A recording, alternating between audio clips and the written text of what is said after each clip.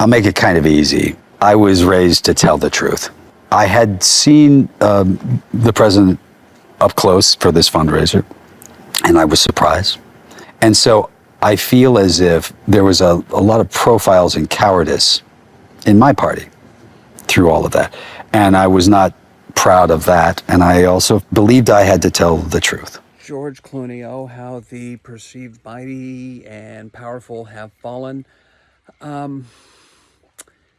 He's tried to go out on a rehabilitation tour. Apparently he tried Bill Maher. Apparently he tried Howard Stern. Apparently he tried many different places, many sites in order to go ahead and rehabilitate his image, because George Clooney has been blamed by a large number of the hardcore Democrat establishment for throwing the election and ruining Joe Biden, etc., by submitting an op-ed letter saying that Joe Biden, stating the obvious from that goddamn debate, that Joe Biden was off his rocker. He does not have the mental capacity to be president, or shoot, in my opinion, he couldn't even sign a goddamn will without it being voidable for lack of capacity. He didn't have testamentary capacity.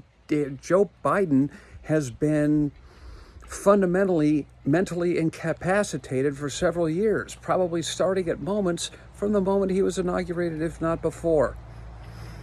But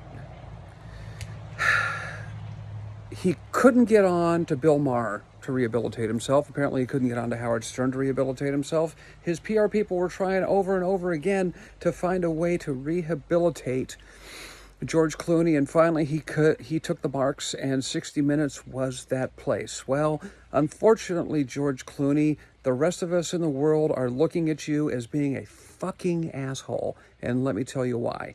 You talked about this thing about the need to be honest. Well, you weren't honest at first.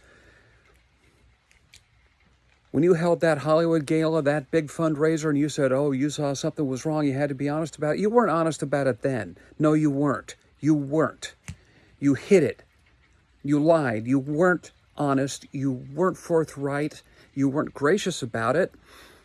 You decided to go ahead and pump him up. And then, according to the rumor mill, this is not unfounded, but is unproven. Apparently, Barack Obama, your big buddy, your big pal, your big friend, oh, he's so dreamy, just like you are, Clooney. He and the rest of them decided to convince you to go ahead and write this op-ed to say, hey, Joe Biden is off his rocker. These were people that you considered to be your friends. These were people that you thought were going to look out for you. And guess what? Your ass got played. Because that's what they do. These are politicians you're dealing with. These are the creme de la creme of politicians who will screw over freaking anybody. And you were the goddamn mark. And for some reason, despite the treatment, you had hordes, millions of Democrats who are blaming you personally for Donald Trump becoming president. They hung your ass out to dry, you stupid ass. But you know what? I'm sorry, I shouldn't say you're stupid, because you're not stupid. You're intelligent. You are smart enough to perform the mental gymnastics to go ahead and convince yourself that these people are still your friends. Do you remember, the Disney movie, the cartoon Pinocchio, where Honest John is talking to the coachman and is saying, and the dummy fell for it, hook, line, and sinker, and he still thinks we're his friends. That's you, George Clooney. That is you. You got played by the master players. And you're not looking at it and saying, what the hell happened here? Why am I being the one hung out to dry? Why did they all sell me out? You're still defending these frickin' motherfuckers. You deserve it. You fucking deserve it, you goddamn idiot, because you have you have put yourself into this situation of these psychopaths. And let's just go ahead and call it what they are. They're psychopaths. You'll put yourself in with these psychopaths and said, these people are my friends. I'm going to stick by them no matter what. See, you've got this history of being this really nice guy, this generous guy, this helpful guy. You look out for your friends. And you think these people are going to do the same thing to you. You have been a useful idiot for the past 10, 20 years, maybe 30. You've been a useful idiot to these people. Then finally they go ahead and say, hey, George, why don't you go ahead and do this? We got to get, they're not going to, if I, Barack, or if I, Kamala, or if any of these other people were to go ahead and put something out there to say, we need Joe Biden to step down, they couldn't do it because these are the party leadership. What is Kamala Harris's solution to this? 25th Amendment. What is everybody else's solution to this thing? 25th Amendment. Get this guy the heck out of there because he's out of his goddamn mind. They needed you, George, to go ahead and step forth and be that brave soul to say, we're going to tell the truth and we're going to point out whatever all of us, all the rest of us is freaking seen already. But the point is, you saw that. You saw it and you understood that before this debate when you saw that gala. When everybody's saying, this is a problem, look at this stuff. And the media that you're saying, hey, we need to empower the media to honesty, empower the goddamn media to honesty. And you're saying, oh, we need to get the media out there. They're under threat. These were the people who were calling this stuff a deep fake. And you didn't stand up against that. This whole honesty thing, bull freaking shit. You're an actor. Your job is to lie. Your job is to be somebody that you're not. Your job is to convince people of some fantasy freaking world that does not exist, and you're goddamn good at it. But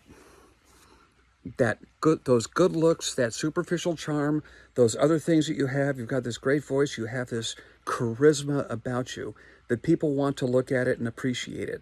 Well, they've done it for so long, but you know what?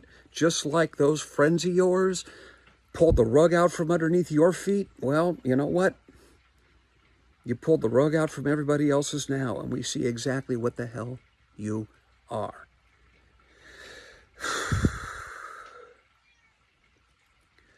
The problem is that you're seeing these people who have been committing affirmative evil, who have been putting on a dog and pony show, who have been lying to the American public, who have had their buddies in the press, in the media, that you're saying, oh, I've got to look out for those people. They got to be able to tell the truth. Well, they fucking lied, you asshole.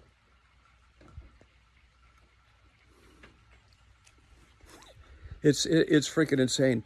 You know, and I take it that you're another one of these people who has your PR that says, hey, we got to get this image out there. Hire some more PR people to smack you upside the goddamn face. You know, so, not some yes men, not some people to talk about how great you are, not some people who are out there to make you look good.